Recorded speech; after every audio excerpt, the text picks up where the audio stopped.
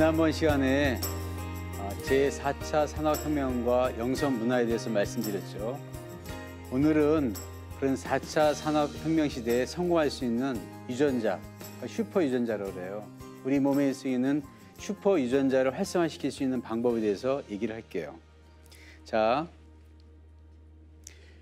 요즘 청소년 대학생들에게 슈퍼 능력을 사실 요구합니다. 여러분들이 수학 문제를 푼 걸 제가 한번 봤어요. 우리 집에서 우리 아들이 푸는 걸 봤는데, 과거에는 수학 문제 그냥 문장 자체가 어렵지 않고 미분, 적분 아니면 인수분해 문제 풀 수 있었어요. 근데 지금은 문제 자체를 독해를 해야 돼요. 문장 자체가 좀 어려워요. 그 문장을 이해하지 못하면 수학 문제 자체를 풀 수가 없어요. 그래서 제가 그 문장 읽어보고 문장이 너무 어려워서 알고 있는 수학 문제를 풀 수 있는 그런 실력도 독해 능력이 없으면 안 되겠다라는 생각을 하게 됐습니다. 그러니까 결국은 지금은 암기력, 이해력, 창의력, 종합력을 요구를 해요. 좀 옛날 내가 대학교 가기 전에 청소년 때보다 더 어려워졌습니다. 이렇게. 그러니까 슈퍼 능력을 요구하기 때문에 사실 옛날보다 더 우울증이 걸리고 자기 능력이 부족한 걸 더 많이 느끼게 되죠. 학생들이. 그래서 지난번에도 말씀했지만 슈퍼 유전자가 활성화되려면 성공 지수가 이게 높아져야 되는데, 그 성공 지수 중에서 가장 중요한 지능 지수, 인텔리전스 쿼션트라는 지능 지수, IQ라고 그러죠. 그리고 실천 지수, 프랙티컬 쿼션트라고 합니다. 그러니까 어떤 외울 수 있는 능력을 지능 지수로 한다면 실천 지수 뭐냐? 내가 아침에 눈을 떠야 되겠다.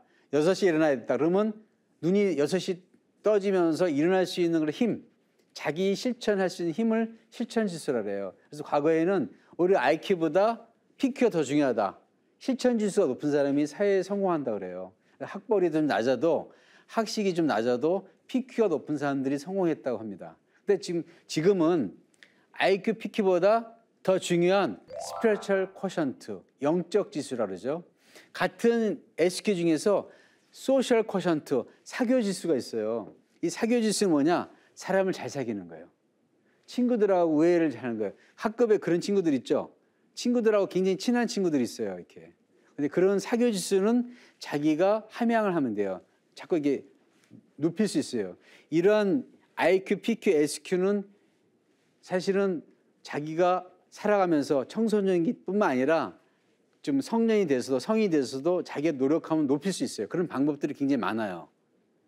그래서 사람을 잘 사귀는 방법, 대화를 하는 방법, 3분 내에 상대방을 설득하는 방법, 그런 방법이 책도 있고 많이 있어요. 근데 SQ, 영적 지수, 감정 지수라고 그래요. 영적 지수, 감정 지수를 설명하는 책들은 별로 없어요. 그리고 그런 방법들은 많이 없어졌어요. 그럼 이 감정 지수가 왜 중요하냐면, 여러분들 학교 가기 전에 부모님한테 혼나는 경우가 있어요. 왜 이렇게 일찍 들어오지 못하고 어저께 12시에 뭐 들어왔어? 아주 아침에 막 한 20분, 30분 혼나죠. 그럼 그때부터 여러분들이 감정이 동요가 생겨요. 본인이 잘못한 거 알면서도 아침에 기분이 나쁘잖아요. 그럼 나가면서 오전 내내 그거를 감정을 자기가 이렇게 조절하지 못하면 학교 선생님 강의 들으면서 어떻게 돼요? 굉장히 기분이 울적하고 안 좋죠. 근데 늦을 만한 이유가 있다 이거예요. 오랜만에 만난 친구 생일 챙겨주는 하는데 엄마가 그것도 이해 못하고 나한테 그러나하고 괜히 원망하는 마음도 생기고, 그런 감정이 꼬이게 되면 공부가 안 돼요. 그리고 학교에서 선생님이 약간 싫어지거나 선생님이 마음에 안 들면 그 학교 선생님이 가르치는 과목을 어디요? 듣고 싶지가 않아요. 그죠? 그런 감정이 꼬이니까 어떻게 돼요? 학교 생활이 싫어지는 거예요, 이렇게. 그런 그걸 뭐라 EQ, 감정 지수라고 그래요. 또 SQ, 영적 지수라고 해요. 그래서 지금은 감정 지수와 영적 지수를 자기가 높여야 돼요. 높이지 않으면 생활하기 굉장히 어렵고 앞으로 이게 사회에서 생활하기가 또 성공하기가 어렵습니다. 이렇게 여러분 시대에는 더욱더 그래요. 근데 이 세포는 우리들의 언행을 기억한다 그래요. 그러니까 우리들의 모든 세포는 우리가 무엇을 생각하고 또 말하고 행동하는지를 항상 주시하고 생각하고 그걸 기억한대요 그래요. 여러분들이 밤거리 갔다가 갑자기 무슨 일 당하거나 강도를 당하잖아요. 그때 그 충격을 먹은 심장이 박동, 그다음에 그때 충격을 먹은 이 세포가 그 기억을 갖고 있다가 비슷한 상황이 되면 밤이 되거나 무서운 걸 보면 갑자기 놀래게 돼 이렇게. 그래서 세포는 결국 기억을 저장하기 때문에 우리들의 생명이란 뭐냐? 같이 한번 보죠. 이거 굉장히 중요한 얘기인데 우리들의 생명이란 기억의 연속이다. 이 기억의 연속이라는 거예요. 기억이 없으면 생명체로서의 의미가 없다 그래요. 그래서 가장 무서운 병 중에 하나가 치매예요. 치매. 할머니들이 치매에 걸려가지고 손자 이름을 몰라. 아들 이름을 몰라. 자기 남편을 못 알아봐. 굉장히 불행한 거죠. 오히려 암보다 더 무서운 병을 치매라고 하는 이유가 암은 아프지만 관계가 깨지진 않아요. 그러니까 인간관계 깨지지 않고 다만 암이기 때문에 어머니 아버지가 암이 걸렸다. 그러면 굉장히 가슴이 아픈 거죠. 근데 치매는 뭐냐? 관계가 깨져요. 자식을 알아보지 못해요. 그리고 누군지도 몰라. 자기 이름도 몰라. 그 결국 생명체로서 갖고 있는 기억이 사라진다는 것만큼 불행한 게 없다는 거예요. 기억은 굉장히 중요해요. 기억이 사라지면 그 사람의 존재성이 사라진다고 그래요. 요즘 그런 얘기를 합니다. 이렇게 기억에 대해서. 그래서 기억은 굉장히 중요한 생명의 현상이다. 우리들의 삶은 기억의 연속이에요. 여러분들이 청소년이 지나서 성인이 되면서 남는 건 기억이에요. 주변 사람들과의 기억이에요. 근데 그 기억이 인간 진화의 핵인데 인간이 진화하면서 가장 중요한 것은 기억이라는 거예요. 이렇게. 기억은 생명을 존재하게 했다 이거예요. 그래서 근데 이런 유전학에서요. 후성 유전학이라는 게 있어요. 후성이라는 것은 선천성이 아니라 선천적이 아니라 후천적으로 유전됐다 해서 후성 유전학이에요. 후선 유전학에서는 뭐라 그러냐? 세포가 모든 기억을 저장할 수 있다고 그래요. 그래서 어렸을 때 7살, 8살 때 근에서 떨어졌어요. 또 8살, 9살 때 여러분들이 엄마랑 시장 갔다가 갑자기 엄마를 잃어버렸어. 길에 막 놀래. 그래가지고 막 울고불고 2-3시간 만에 찾았어, 엄마를. 근데 여러분은 그게 기억이 까먹고 3년, 5년 지나고 성인이 되고 청소년이 되니까 그게 사라진 거죠. 그러나 세포는 그걸 기억해요. 세포는 그 충격을 기억한다는 거예요. 그게 후성 유전학에서 얘기를 해요. 그래서 후성 유전학을 에피제네티스라고 그래요. 에피제네티스, 유전자가 우리 몸에서 유전적 변형이 일어난다는 거예요. DNA가 어떤 심한 충격이나 사고나 어떤 불행한 어떤 무슨 충격을 받으면 유전적인 변형이 일어난다는 거예요. 근데 놀랍게도 그 유전자가 이 변형이 일어나는데 유전자의 활성이 일어난다. 그래서 어떤 안 좋은 충격에 의해서 심한 어떤 그 불행한 어떤 추억에 의해서 갑자기 상처를 받았다. 그러면 상처받아가지고 안 좋은 유전자가 활성이 될 수도 있어요. 또 그 기억이 오히려 자극이 돼서 우리 몸에 좋은 슈퍼 유전자가 활성화될 수도 있어요. 그건 그 사람의 의지에 달려있는 건데 이게 유전자 활성이 촉진되거나 억제될 수 있다고 그래요. 기억이 유전이 된다는 겁니다. 그래서 생물학 분야에서 기억이 유지되는데 지금 이제 과학에서 알아낸 바에 의하면 3대, 4대 조상들의 경험, 지식, 일평생 동안 쌓았던 감정이 그 감정의 기억이 세포 속에 저장됐다가 후손들에게 전해준다는 거예요. 그래서 그걸 소프트 유전이라고 그래요. 소프트 유전. 소프트 유전을 통해서 3대에서 4대까지 후손의 자손들에게 유전된다 그래요. 그래서 이게 어떤 일이냐. 6.25 때 여러분의 할아버지 할머니께서 6.25 때 전쟁을 피난하면서 굉장히 고통을 받았다. 그럼 6.25 때 그 전쟁이 고통이 피난받은 어떤 그 상처가 축적됐다가 여러분들에게 비슷한 싸움이 나거나 어떤 누군가가 또 뭔가 이렇게 다툼이 있거나 그러면 그게 저장된 유전자의 기억이 내 몸에서 발동이 되면서 막 무섭거나 두렵거나 그리고 할아버지 할머니께서 예를 들어 어렸을 때 높은 곳에 떨어졌다. 그래가지고 충격을 먹었다. 근데 그때 너무 심한 충격을 먹어가지고 그게 이 세포에 저장됐다가 아들 통해서 손자, 손녀까지 그게 내려왔어요. 그러면 어떤 일이 벌어냐? 고공공포증이 생기는 거예요. 위에 올라가면 무서워. 여러분 중에서 고공공포증 있는 분들이 있어요. 이유 없이 높은 데 가면 무서워. 폐쇄 공포증이 있어요. 좁은 곳에 갇혀 있으면 굉장히 두려워. 그런 걸 경험하는 학생들 있죠. 그건 여러분 성격이 난 왜 그런가. 그게 아니라 여러분들 할아버지, 할머니, 윗분들이 그런 안 좋은 경험들이 있었다는 거예요. 그게 축적이 됐다가 놀랍게도 나한테 전이 된다는 거예요. 그러니까 모든 게 내 문제라는 게 아니라는 거예요. 조상부터 내려왔다는 거예요. 그래서 태장 종도사님이 이런 말씀하셨어요. 도기 137년 1월 17일 날 태장 종도사님 말씀하신 말씀이 이제 쭉 말씀하시다가 조상과 나의 관계는 어떤 관계냐 말씀하시다가 그 태장 종도사님께서 더 알아듣기 쉽게 말하면 5,000년, 6,000년 전 그 할아버지 씨를 다음 할아버지가 받아서 낳고 또 받아서 낳고 해서 20대, 30대, 50대, 100대 내려와서 내 몸에 처음 조상 할아버지 유전인자가 전해져서 내 몸뚱아리가 되는 것이다. 내가 하늘에서 떨어지고 땅에서 솟은 존재가 아니다.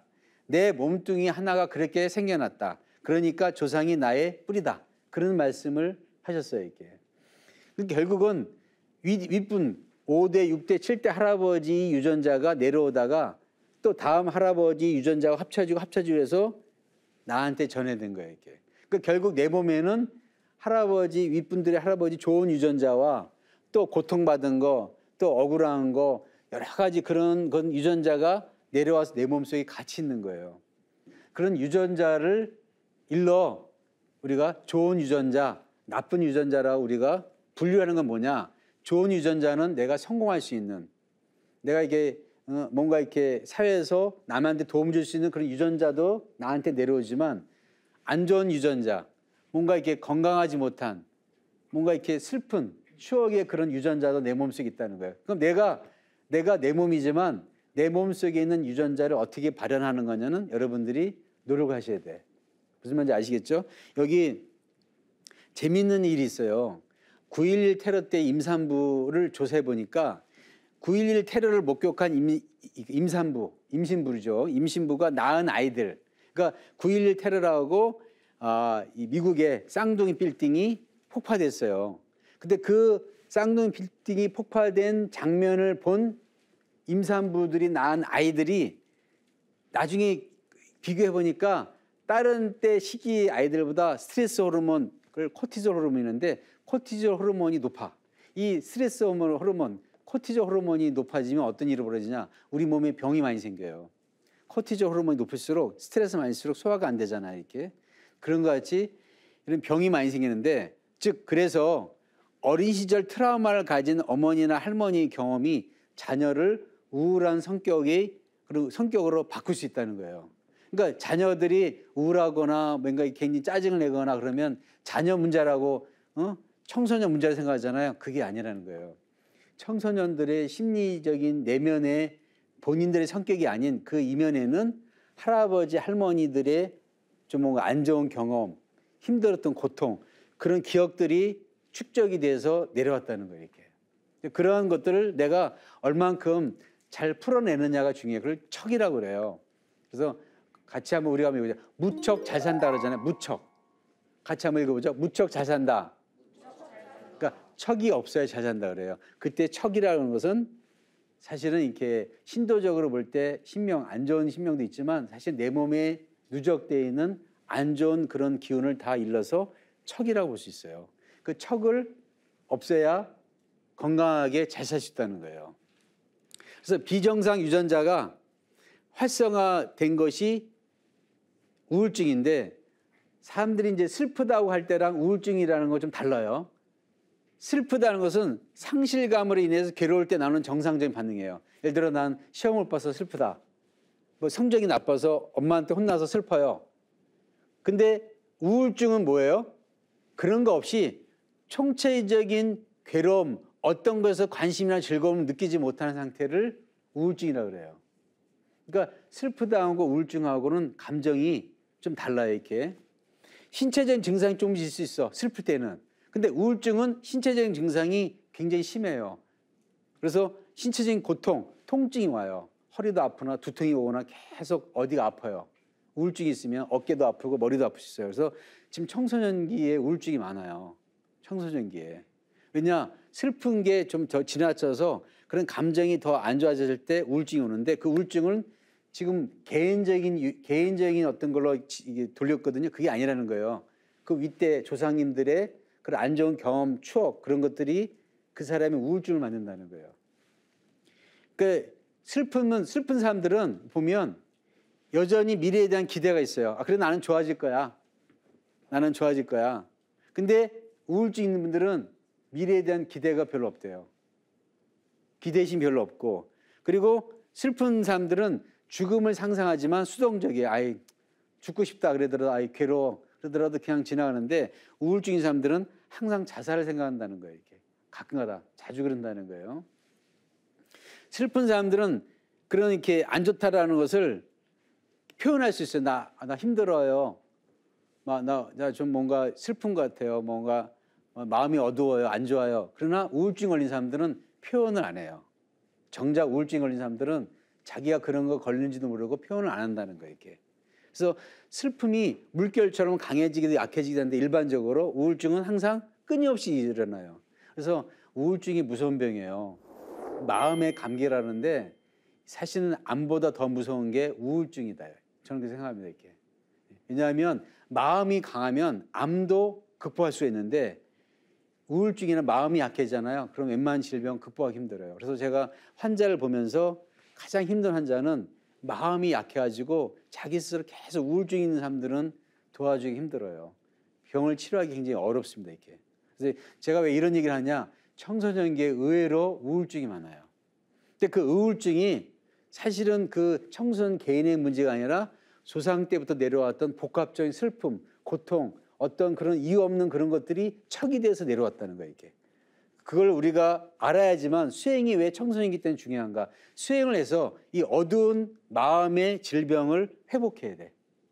여러분들이 주변에 이렇게 좀 우울해하고 굉장히 어두운 그런 학생들한테는 수행을 꼭 권해주기를 바래요. 오늘 배운 이따 가르쳐줄 태열주 수행을 꼭 이렇게 가르쳐주고 읽으면서 마음을 회복시켜라라는 얘기를 전해주기를 이렇게 내가 꼭 부탁드리고 싶어요.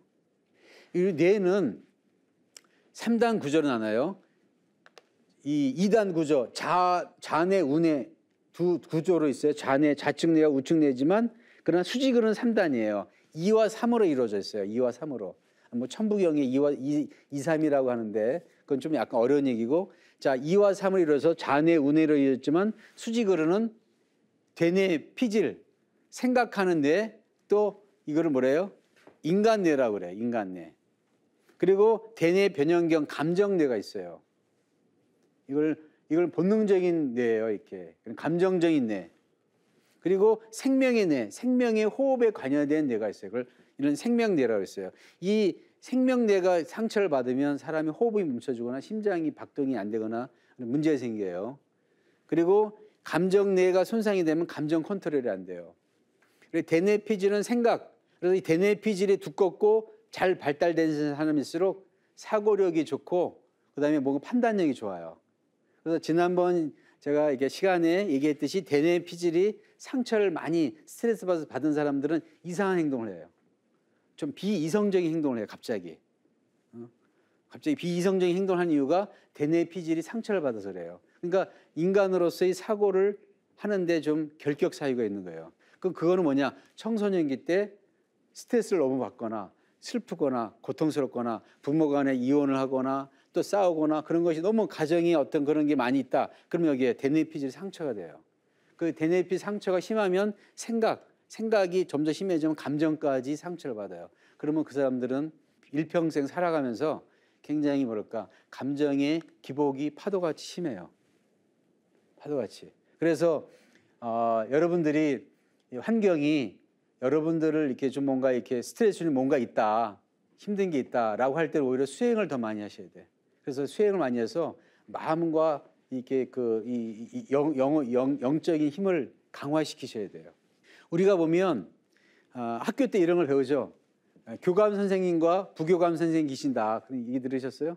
교감 선생이 오시면 갑자기 눈이 확대가 되고 침이 마르고 심장이 빨리 뛰면서 기관지가 넓어지고 소화가 안 돼요.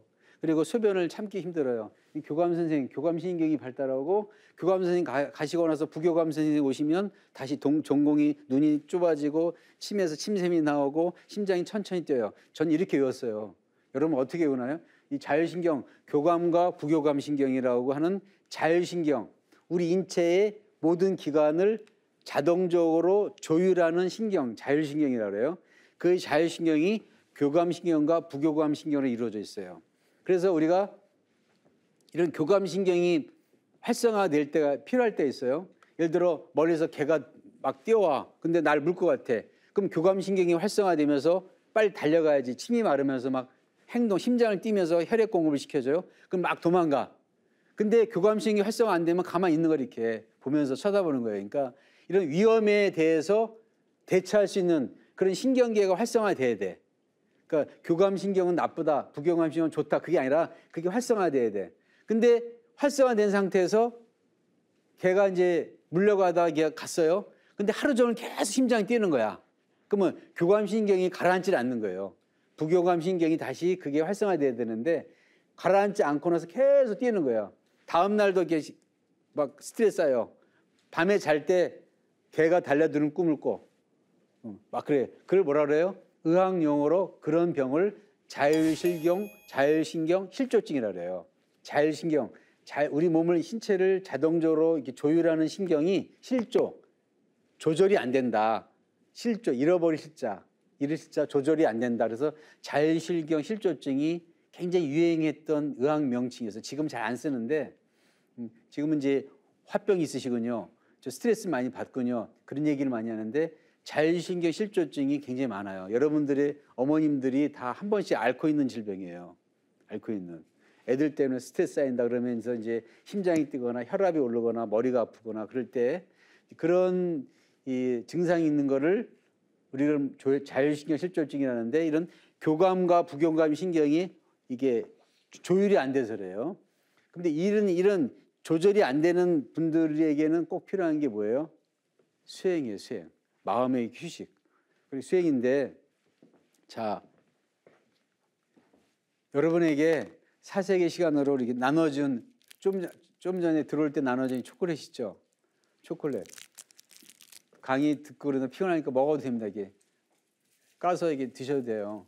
제가 오늘 뭐 초콜릿 선전하는 건 아니고. 자, 입에 넣어서 까서 먹었어요, 이렇게. 자, 입에 들어가는 순간 이 초콜릿이 녹는 게 한 30초를 안 넘기잖아요. 아무리 이제 천천히 녹아도 한 30초면 다 녹아요. 이 뱃속에 들어가지고 3분이면 다 흡수가 돼요. 30분 내에 다 흡수가 돼요, 우리 뱃속에서.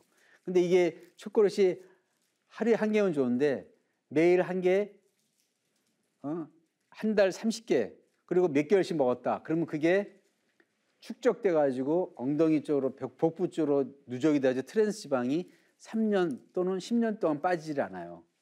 빠지는. 제가 오늘 이제 이렇게 안정을 주셨나요? 한 개는 괜찮습니다. 근데 내가 무슨 말을 하느냐? 이런 달콤한 맛의 초콜릿도 많이 먹으면 우리 인체에 트랜스 지방이 돼서 복부 지방을 일으켜요. 이 얘기는 무슨 얘기냐? 여러분들이 아무리 좋은 공부를 잘해라, 공부해야지, 숙제해야지라는 얘기를 달콤한 초콜릿 같이 들린다 할지라도 매일 먹다 보면 나중에 어떻게 돼요? 한 달, 두 달, 3개월, 1년 되다 보면 어떻게 돼요? 어떨 때 짜증이 나요, 안 나요? 짜증이 안 난다는 사람은 그 사람은 이제 타고난 품성이 좋은 거예요, 이게. 짜증이 안 나나요? 한 번 싫을 때가 있지 않아요? 그거는 아무리 좋은 충고도 좋은 얘기도 계속 누적되다 보면 뭔가 쌓이는 거예요. 그걸 스트레스라고 그래요, 스트레스. 여러분 스트레스를 어떻게 풀어요? 대부분 이걸로 푸나요? 핸드폰으로? 인터넷 찾아가지고? 그러면 지지난 시간에 얘기했듯이 목이 일자 목이 되고 일자 허리가 되고 안 좋아요. 그러면 매일 내가 쌓이는 이 스트레스, 청소년이기 때문에 스트레스 없다고 생각하지는 않습니다. 더 많을 수가 있어요. 왜? 경쟁 사회니까. 더 경쟁 사회예요. 공부를 해야 되는. 그런 경쟁을 하는 사회에서 여러분들이 뭔가 이렇게 학업을 더 성적을 높여야 되는 강박관념 속에서 여러분들의 마음을 풀 수 있는, 스트레스를 풀 수 있는 방법이 뭐냐 이거예요. 그 방법을 스트레스를 풀어야지만 슈퍼 유전자가 발동이 돼요. 우리들의 슈퍼 유전자는 재밌게도 스트레스가 있으면 코티솔 호르몬이나 스트레스가 있잖아요. 스트레스 호르몬이 있으면 절대로 슈퍼 유전자가 발동이 안 돼요. 그래서 스트레스 받을 때는 절대로 성적이 올라가질 않아요. 자기가 그 스트레스를 내려놓을 때 성적이 올라가요. 여러분들 화가 날 때 책을 보면 1시간 봐도 외워져요? 절대 안 외워져요. 외울 수, 그쵸? 안 외워지죠? 그거 왜 그럴까요? 방해하는 거예요. 우리 몸에 있는 스트레스 호르몬, 코티솔 호르몬이 방해를 해. 외울 수 있는 그런 유전자가 발동되는 거를 크로스 시킨다니까요. 블럭시켜요. 못하게 해. 그게 우리 인체의 생리. 그러니까 내 마음의 스트레스 그런 거를 내려놓게끔 만드는 것이 제일 중요해요. 그게 슈퍼 유전자를 활성화시키는 방법이다. 이 슈퍼 유전자를 구성하는 요소가 있어요.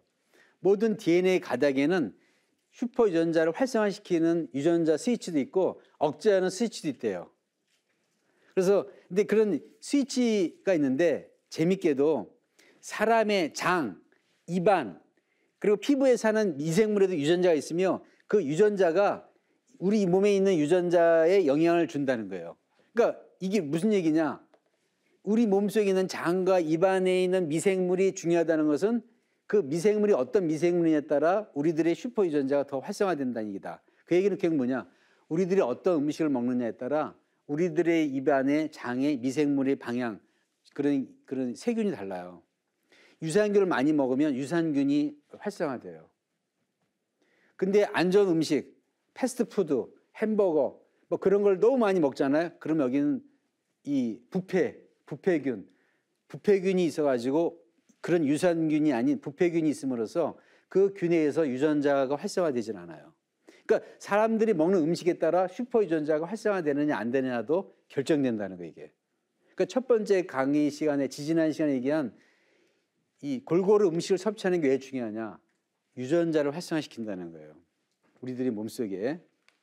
그래서 먹고 마시고 주거 생활이나 사고방식이 슈퍼 유전자를 활성화시키는 스위치를 켜게 한다는 것이 이 최근의 과학의 논문의 주제예요. 논문의 결과예요. 그래서 슈퍼 유전자가 활성화돼서 결국 활성화된 유전자가 또 어떻게 돼요? 우리 자손에게 물려줘.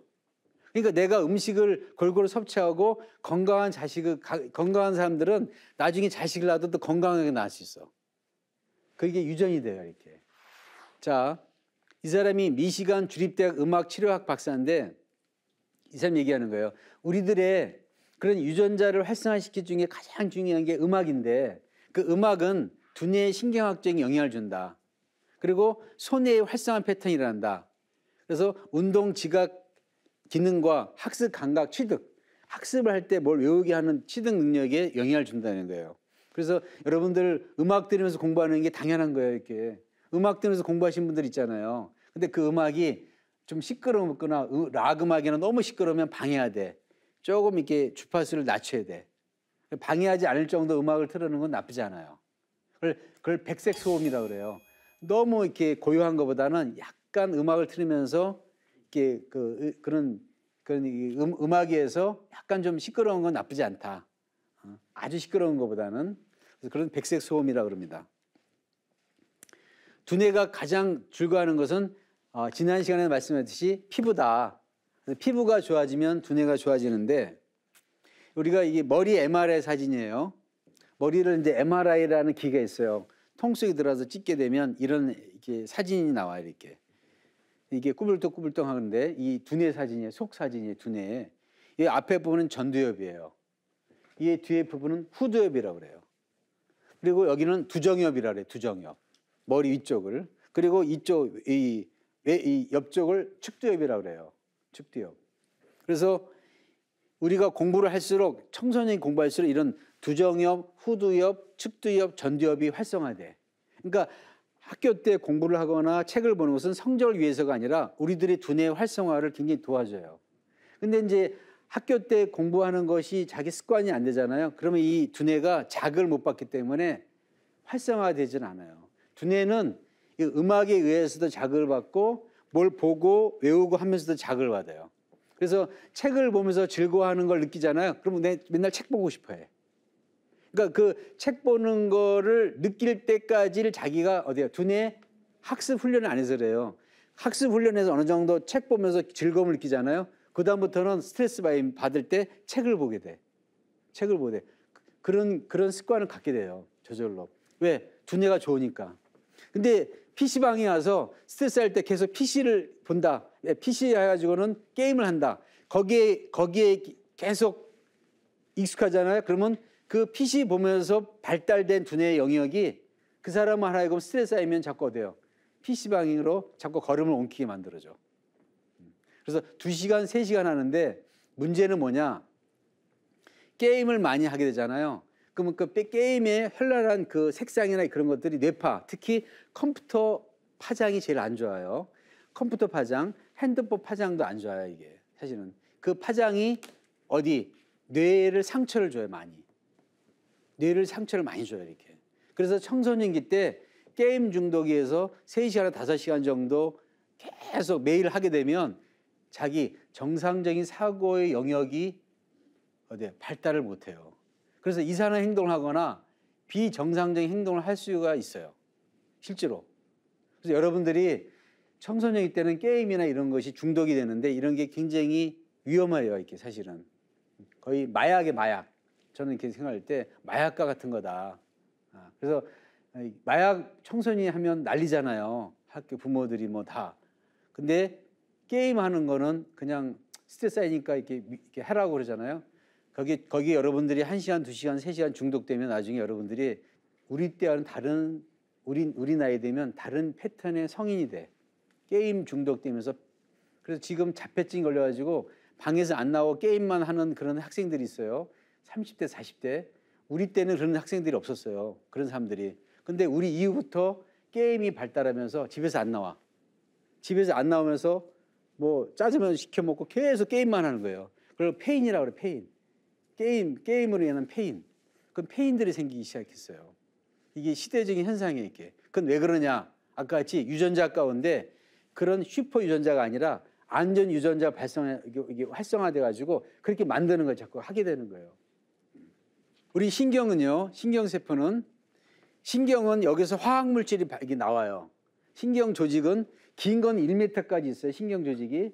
짧은 거는 수미리, 수센치가 있어요. 우리 인체에 긴 건 1m까지 신경이 단일 신경으로 이루어진 것도 있지만 짧은 신경은 수미리, 수십 센치 이렇게 이루어져 서로 신경이 연결되어 있는데 중요한 것은 완전히 붙어서 연결되어 있는데 떨어져 있어요. 공간이 떨어져 있어요. 신경세포는. 근데 여기에 신경 전달 물질이 분비가 돼요. 분비가 되면서 이 신경 전달 물질이 분비가 되면 이 화학 물질에 의해서 전기 신호로 바뀌어. 그래서 우리들의 신경은 화학 물질과 전기 신호 두 가지로 이루어져 있어요. 이렇게. 그 화학 물질이 분비가 되면서 전기 신호로 바뀌어. 근데 그 화학 물질은 어디서 오느냐? 음식에서 와요. 음식을 먹은 것이 흡수가 돼서 화학 물질이 이루어져. 그러니까 내가 어떤 음식을 먹느냐에 따라 내 신경을 회복하는 좋은 신경 물질이 나오느냐 아니면 안 좋은 신경 물질이 분비가 되느냐가 음식에 달려 있어요. 그래서 음식이 굉장히 중요해요. 청소년기 때 음식을 골고루 섭취하고 편식하는 게 굉장히 문제가 돼요. 그리고 그 신경 전달 물질 가운데 대표적인 게 뭐냐? 이 아세틸콜린이라는 뇌 신경 전달 물질은 학습과 기억을 도와주는 뇌 신경 전달 물질이에요. 그래서 피부에도 중요해. 아세틸콜린이 풍부하면 어떻게 돼요? 피부가 깨끗하고 좋아. 근데 아세틸콜린이 약하면 피부가 자꾸 거칠어져. 그래서 아세틸콜린이 없으면 몸 안이 마르기 시작해서 뇌가 건조해져. 그래서 요즘 화장품 가운데 아세틸콜린이 포함된 화장품. 그런데 그건 굉장히 어려운 얘기고 음식으로 먹는 게 중요해요. 음식으로. 그래서 건조하고 주름진 피부는 기억력 또한 약해진다. 그러니까 어떤 특정 음식을 먹어야지만 아세틸콜린이 있느냐? 그게 아니고 골고루 섭취하는 게 제일 중요해요.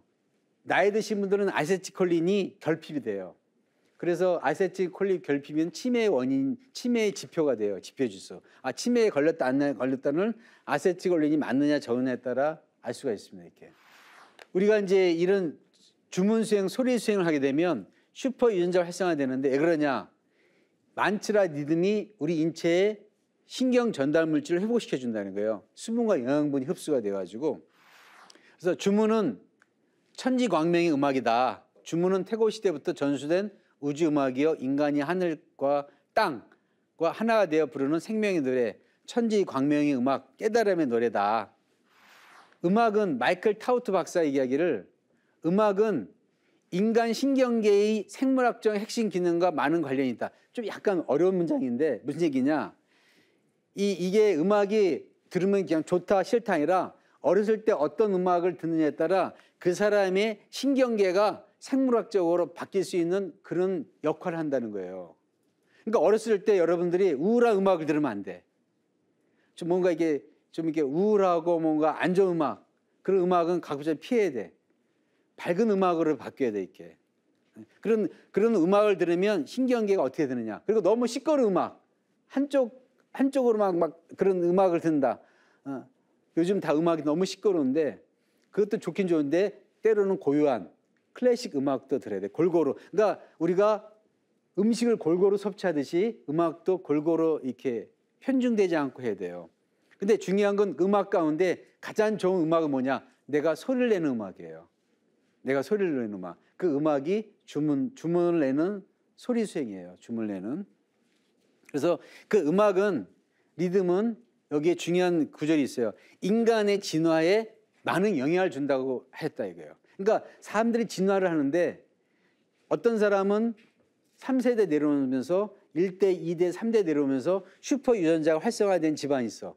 그래서 그 집안에서는 학식이 풍부한 그런 학자들이 많이 나오고 예술가도 많이 나오거든요. 근데 어떤 집안은 똑같이 살았는데 1대, 2대, 3대 오면서 그렇게 자식들이 이렇게 머리 지능이 떨어져. 그건 왜 그러냐? 진화인데 그 진화에 필요한 수표 유전자를 활성화시키는 거가 뭐냐?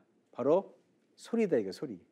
소리를 내가 어떻게 내느냐. 그래서 옛날 어른들이 육아에서 유교에서도 이렇게 소리를 내면서 경전을 읽었어요. 그냥 지금은 읽잖아요. 근데 소리를 내면서 책을 읽어야 돼요. 그래서 옛날 사람들은 대학 지도는 제명명덕하니 제신민하고 제지어지선 이렇게 안 했어요. 대학 지도는 제명명덕하고 제지어지선이니라 이렇게 소리를 냈어요. 리듬을 붙였어요. 그리고 그 하늘천 따지도 하늘천 따지 이렇게 안 했어요. 하늘천 따지 거무련 누르왕 지부집주 왜 이렇게 했을까요? 수천 년 동안 내려오면서 그렇게 소리를 내면서 글을 읽을 때 우리들의 몸에 슈퍼 유전자가 활성화된다는 거를 그분들은 과학적으로 몰라도 체험적으로 안 거예요. 어렸을 때부터 소리를 내는 독서법을 가르쳐 준 거예요. 근데 지금 독서법은 소리를 내지 않아. 그냥 눈으로 봐. 글로 써. 근데 진짜 독서법은 소리를 내면서 읽는 거예요. 이렇게. 좋은 구절은 내가 소리를 내야 돼. 그래서 소리 수행이 굉장히 중요해요. 그 소리 수행을 하면서 소리를 내는 독서법을 할 때 사람들은 알게 돼요. 아, 슈퍼 유전자가 활성화된다. 기업인 가운데 성공한 기업인들 보세요. 그 사람들은 아침에 거울을 볼 때 15번을 외친다는 거예요. I can do it. I can do it. 난 할 수 있어. 난 할 수 있어. 난 할 수 있어. 난 할 수 있어. 자꾸 소리를 내는 거거든요. 그게 소리를 내는 게 자기 내면의 마음뿐만 아니라 이 세포에 진동을 줘. 그래서 안 된다고 하는 그런 것들을 이게 벗겨주는 거예요, 생각을. 그리고 될 수 있게끔 슈퍼 유전자가 활성화돼. 그 소리를 내는 거거든요, 이렇게. 소리를 내라고 그래요. 성공하는 그런 성공법 중에 하나가 15번을 아침마다 외워라. I can do it. I can do it. 난 할 수 있어. 할 수 있어. 여러분들 그래서 뭔가 이렇게 성적이 떨어지면 거울 보고 한번 외쳐봐요. 난 할 수 있어. 넌 할 수 있어. 그렇게 외쳐봐요. 그럼 어느 순간 15번 하다 보면 마음에 힘이 생겨. 그리고 뭔가 할 수 있을 것 같아. 실제로 그렇게 돼요. 그래서 그런 이 소리와 인간의 유전자하고는 밀접한 연관이 있다. 인간이 진화에도 도움이 된다. 이런 소리가. 진화를 더 촉진시켜 준다는 거예요. 좋은 인간의 그런 몸, 신체를 또 건강한 두뇌를 만들게끔 자손을 만들게끔 만들어준다는 거예요. 그래서 음악은 이 소리는 문화적인 현상이 아닌 생물학적 영향으로 봐야 된다는 거예요. 이분이 참 이 책을 읽고 내가 감동을 받은 게 이런 문화적인 현상이 아니다. 음악은 리듬은 소리는 생물학적 현상이다. 그 사람이 어떤 소리를 내느냐에 따라 생물학적으로 바뀐다 이거예요. 여러 가지 이렇게 현상이. 그리고 소리 수행법을 이렇게 실험을 했어요. 만트라 실험법에서 2014년 디팍 초프라 센터에서 64명의 건강한 여성만 뽑았어요. 일주일간 명상을 시켰어요. 그랬더니 일주일간 명상을 한 집단과 단순히 일주일 동안 아무것도 안 하고 휴식을 취한 집단하고 이렇게 비교해 봤어요. 이렇게 혈액을 뽑아봤더니 다른 건 다 똑같은데 뭐가 있느냐? 명상한 집단에서 나타난 변화가 있어요. 그 변화가 뭐냐? 바이러스 감염과 상처 치유에 관련된 유전자 활성이 그냥 단순히 쉬었던 그런 여성 집단보다 수행을 하고 주문 수행한 그 여성 집단에서는 2, 3배가량 더 높았다는 거예요. 유전자 활성이. 그래서 바이러스 감염을 겪을 일이 거의 없었고 동시에 상처를 치유하거나 다치는 경우도 거의 없었다는 거예요. 상처 나도 금방 치유가 돼. 그 64명의 동일한 그 비교하는 대조군이라고 그래요. 그런 휴식만 취한 그런 군하고 명상하고 수행을 시킨 징후를 봤더니 여기에 유전자 활성이 더 일어나더라. 그래서 명상을 배워 차분한 자기 성찰을 경험한 사람은 염색체 끝에 텔로미어라고 있어요. 텔로미어. 염색체 끝에 텔로미어가 과학에서는 굉장히 중요한데 그 텔로미어가 짧아지면서 수명이 짧아진대요. 그 수명이 짧아지는 건 뭐냐? 염색체 끝에 있는 텔로미어가 운동화 끈같이 자꾸 짧아진다는 거예요. 그 짧아지는 텔로미어를 늘려주면 장수한다. 근데 늘려주는 역할을 하게 된다는 거예요. 그래서 그런 늘려주는 효소를 텔로머레이스라는 효소가 있어요. 텔로머레이스라는 효소를 증가시켜준다. 수행하고 명상을 하면 그런 놀라운 얘기를 합니다. 이렇게. 그리고 지난번 시간에도 얘기했지만 우리가 이렇게 수행을 하면서 몸을 움직일 때 뇌의 혈류량이 증가가 돼요. 그래서 그런 PET라고 하는 PET라고 그러죠. 혈류량을 보는 뇌 MRI 사진을 보면 이렇게 리듬 있는 두드리기를 할 때, 움직일 때, 그러니까 음악을 들으면서 그냥 해라. 음악을 들으면서 내가 움직일 때. 그래서 사람들이 춤을 좋아하는 거야, 이렇게. 음악을 들으면서 춤을 좋아하는 게 생리적으로 뇌가 더 활성화되기 위해서. 근데 일반 음악이 아니라 주문을 읽으면서 춤을 추는 도공은 더 그게 강하죠, 이렇게. 이제 음악을 들을 때 손의 혈류량이 증가한다는 거예요. 그런 이제 논문에서 일부분을 내가 발췌해서 갖고 왔어요. 자, 태을주인데 태을주는 지난번에 이렇게 잠깐 소개만 하고 이번에 이제 제대로 설명을 드린다고 했죠. 같이 다시 한번 읽어보겠습니다. 훔치훔치, 태을천 사원군, 훔니치아 도래, 훔냐미사파. 그래서 이 훔치훔치는 머리에 해당이 돼요.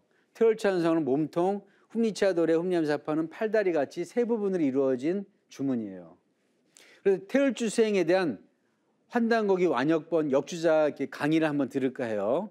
주문은 궁극의 기도, 태을주와 태을천의 세계라는 그런 이렇게 그 동영상이 있습니다. 한번 보겠습니다. 이렇게. 주문이라는 게 뭐냐? 주문이라는 것은 언어 문화의 근원이면서 깨달음의 진리 암호문이다. 그리고 주문이 바로 기도의 궁극이다. 이게 동양의 기도라는 것은 궁극의 기도는 모든 기도를 성취하는 주문 읽는 거야. 그리고 주문을 통해서 모든 크고 작은 그 기도를 성취하는 거다. 그다음에 주문은 천지의 가을 천지의 무궁한 조화 기운을 받아내리는 이 우주 원어로 되어 있는데 태을주를 보면은 훔치훔치 태을천 상원군. 훔과 치가 두 번씩 들어가 있어요. 그리고 태을천 상원군. 이 우주에는 태을천이라는 우주가 있어. 이건 우주의 궁극의 비밀인데 이것이 이제 가을 우주 개벽기에 이 태을천의 도가 나오기 시작합니다. 그것은 9,000년 전에 이미 천부경에서 천일지일 태일이 나왔어요. 어떻게 천지 우주와 하나 되게 해주냐? 그것은 태을천의 이 무궁한 조화 성령을 받아서 모든 인간이 우주 인간으로 거듭 태어나는 것이다. 그래서 태을주를 읽으면 우주 광명이 이렇게 열려 나오는 것을 우리가 체험을 할 수가 있어요. 그래서 이것은 동서의 하나님 문화에서도 도교에서 조그마했고 불교에서 아주 큰 도통한 사람들이 태화로 그렸어. 보면은 이 태을천 상원군님의 세계를 좀 알았단 말이야. 훔치훔치 태을천 상원군 훔니치아도래. 여기도 훔과 치를 반복하는 거야. 도래 태을천의 무궁한 천지 조화가 도래 내 몸과 이렇게 하나가 될 것을 훔냐미 사파 믿는다 이거야. 그렇게 꼭 될 것을. 우리가 이제 태을주를 글자 하나하나를 이제 보면 태을주 의미면 훔은 우주의 진리 자체는 법신의 광명의 바다를 얘기하는 거예요. 훔이라는 게. 치는 천지 생명의 조화 세계로 내가 올라간다는 뜻이에요. 그래서 훔치라고 하는 순간 천지 조화 생명 바다와 내가 하나가 되어 영원히 변치 않겠다는 뜻이 훔치라는 그런 단어 속에 들어있는 거예요. 우리가 훔치 하는 순간 생명의 바다와 하나가 되겠다. 그런 뜻입니다. 두 번째로 태을주 수행에 대한 한당교 완역본 역주자께서 훔은 모든 하늘의 씨앗 문자라고 하는 것을 일본 쿠카이 스님의 훔의 설명을 통해서 다시 하셨거든요. 한 번 더 보겠습니다.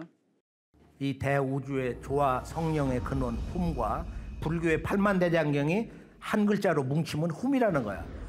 그 불교 사전 정의야. 이것을 일본에서 한 스님이 천년전 전에 훔자의 그 비밀을 나름대로 정의를 했어요. 일본의 제왕과 모든 지금 현직 정치인들, 예전에 쇼군들 말이야. 성공한 사람들이 함께 그분과 함께 묻히기를 원하는 일본의 유명한 가장 존경받는 쿠카이 스님, 우주 조화의 바다 이름을 가진 그 쿠카이 스님이 훔자이라고 하는 만고불변의 이제 그 고전을 냈는데요. 예, 훔은 알겠듯이 모든 생명의 조화 기운이 담겨 있는 걸 훔이라고 하고, 그리고 우주의 자궁은 태을천이에요. 태을은 생명을 창조하는 큰 음자리를 말해요. 천지와 인간과 신명이 태어난 생명의 근원이 태을이라고 합니다. 이게 태을. 그리고 리는 신의 세계를 뜻해요. 리. 그러니까 훔리하고 소리를 내면 내 몸이 우주 생명 세계 하나 되고 동시에 신의 조화 세계를 찾아간다 라고 하는 뜻이 훔리라는 뜻입니다. 야는 크게 외친다는 뜻이에요. 치아라고 하는 순간 내가 우주 생명의 무궁한 조화 세계와 하나가 되어 그 생명의 세계를 크게 노래하고 외친다는 말이에요. 도래는 크게 온다는 뜻입니다. 그런 세계가. 그래서 이제 이런 태을주는 어떤 효과가 있느냐, 우리 몸속에 수기라 가지고 우리 인체의 물 에너지, 우리 인체를 움직이게 하는 가장 중요한 에너지를 수 에너지인데 그 수 에너지를 저장시켜주고 회복시켜주는 주문이 바로 태을주예요. 그런 수 에너지가 부족하면 어떤 일이 벌어지냐, 연세 드신 할머니들이 많이 일어나죠. 관절염이 생겨요. 관절이 뿌득뿌득 소리 나요. 그리고 디스크 걸리고, 그리고 입에 침이 말라지고 소화액이 부족해가지고 소화가 안 돼요. 그리고 뇌수가 부족해가지고 치매가 자주 걸립니다. 그걸 다 수기라고 그래요. 물수자, 기운기자. 일반 물이 아니라 우리 인체의 장기를 회복시켜줄 가장 중요한 호르몬을 포함한 혈액을 포함한 그런 에너지를 수기라고 그래요. 그 수기가 갈수록 말라들어. 어렸을 때도 말라들어요. 어렸을 때도. 그러면 자꾸 몸이 피곤하고 자꾸 지치거든요. 그 수기를 회복시키는 주문이 태을주예요. 그래서 그거에 대해서 다시 한번 보겠습니다. 이 훔치 이 태을주를 읽어야 앞으로는 가을 개벽기에 살아남을 수가 있다. 내가 이 세상의 모든 약기운을 태을주에 붙여놓았나니 만병통치 태을주니라. 왜 태을주를 읽어야 되느냐? 바로 지금 여름철 불의 계절인데 수기가 고갈돼가지고 앞으로 문명은 물전쟁이라는 거야. 물이 병들어가지고서 지금 지구촌 인류의 30억이 말이야. 물 부족과 여러 가지 이제 만성 질병이 시달리는데, 사실은 뭐 이런 그 가을 개벽의 도무나 무슨 뭐 기본적인 진리 다 정리를 해버리고 그냥 앉아서 태을주만 읽어야 돼. 우리가 모이면 지금 이 시간도 한 2시간 읽었으면 엄청난 기운을 받았을 거야 아마. 천지에서 막 불덩어리 떨어지는 거 직접 본 사람도 있고, 천지에서 막 내 조상신들이 다 동해가지고 나하고 옆에 와서 같이 조문 읽는 거 보는 사람, 별의별 사람들이 많이 있어요. 그런 체험을 우리들이 앞으로는 직접 현장에서 다 함께 한 마음으로, 그리고 우리가 불교를 또는 기독교를 어떤 종파를 하든 유교를 하든 무종교가 됐든지 과학주의자가 됐든지 누구도 지구촌의 한 형제다 말이야.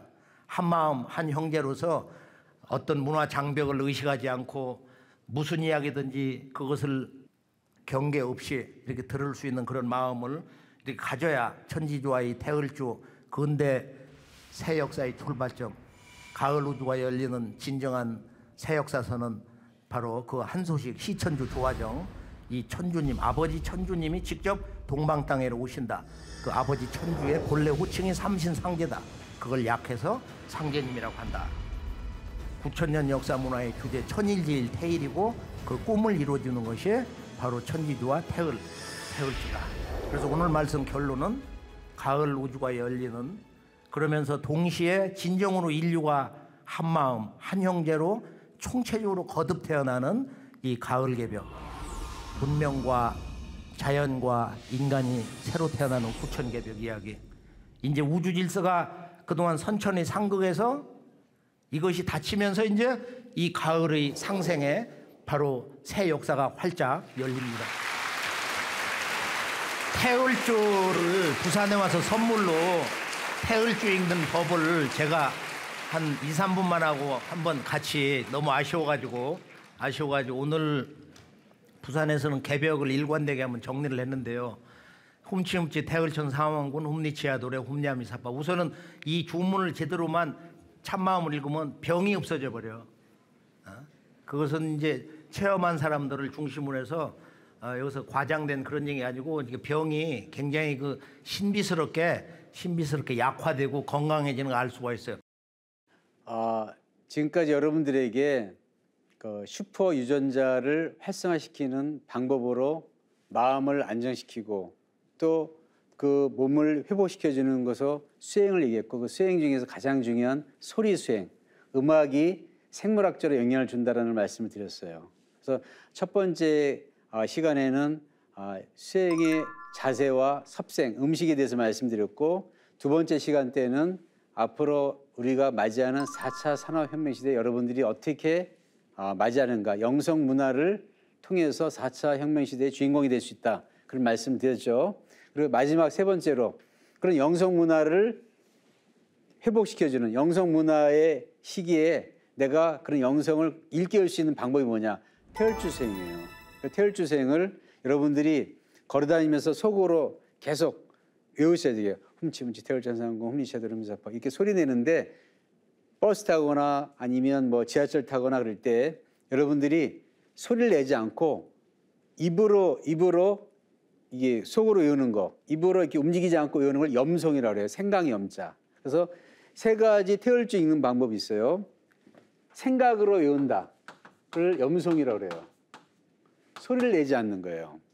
그리고 내가 알아듣게 하면 나만 알아듣는 소리로 들리는 정도로 그 소리를 내는 거예요. 그거를 지금 나만 들을 수 있거든요. 그런 소리를 내는 것을 침묵할 때 묵자, 묵송이라고 그래요. 이건 생각 염자, 생각으로 외우는 거예요. 입도 띄지 않고 가만히 생각만 하는 거예요. 이렇게 입을 약간 움직여야 되는데 입을 안 움직이고 생각만. 그러니까 누가 옆에서 뭘 하는지 몰라. 내가 태울지 읽는지 몰라. 친구조차도.